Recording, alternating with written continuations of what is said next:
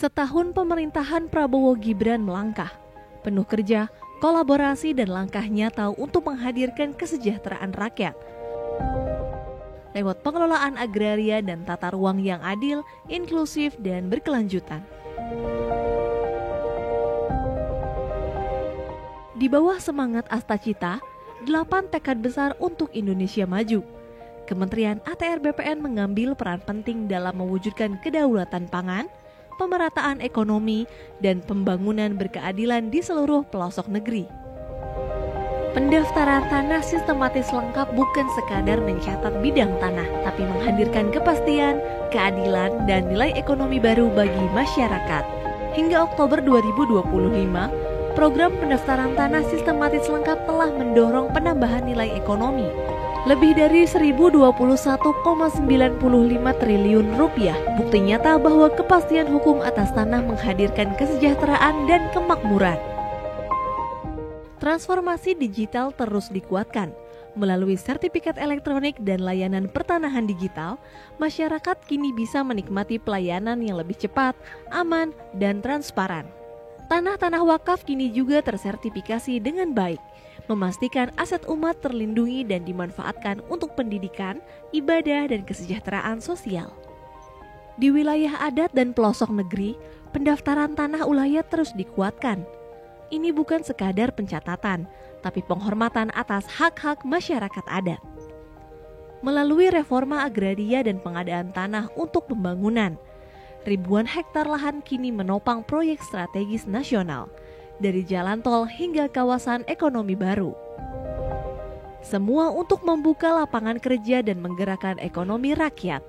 Sementara itu, tanah-tanah telantar yang dulu terbengkalai kini dioptimalkan menjadi sumber produktivitas baru, menghidupkan kembali ruang-ruang yang sebelumnya diam untuk memberi manfaat yang nyata bagi bangsa.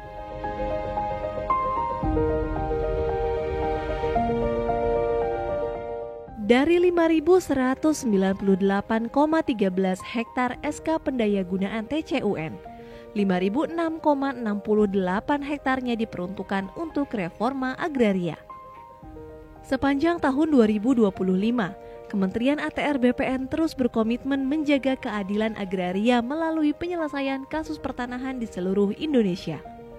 Dari total 6.015 kasus yang masuk, sebanyak 3.019 kasus atau 50,02% telah berhasil diselesaikan, mencakup sengketa, konflik, dan perkara pertanahan. Upaya penyelesaian tersebut bukan hanya menghadirkan kepastian hukum, tetapi juga menyelamatkan potensi kerugian negara mencapai 9,67 triliun rupiah, dengan total 13.075,94 hektar bidang tanah berhasil diamankan. Tata ruang menjadi fondasi arah pembangunan yang terencana dan berkelanjutan.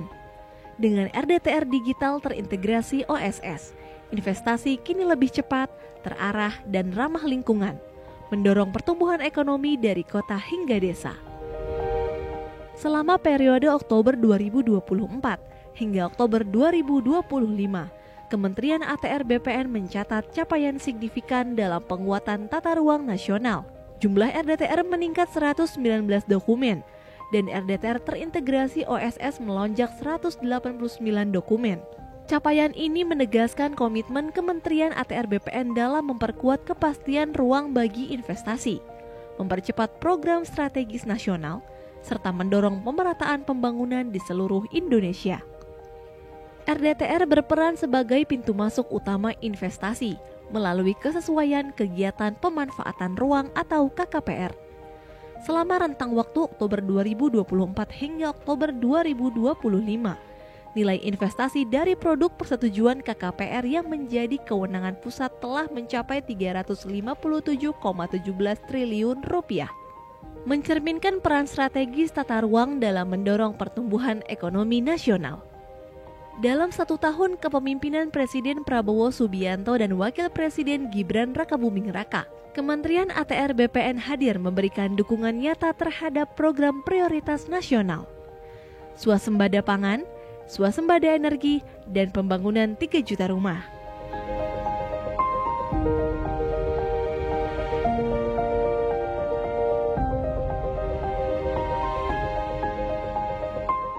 Dalam mendukung ketahanan pangan, Kementerian ATR BPN juga menerbitkan surat edaran Menteri tentang pengendalian alih fungsi lahan sawah untuk menekan laju alih fungsi lahan yang mencapai 60 hingga 80 ribu hektar per tahun.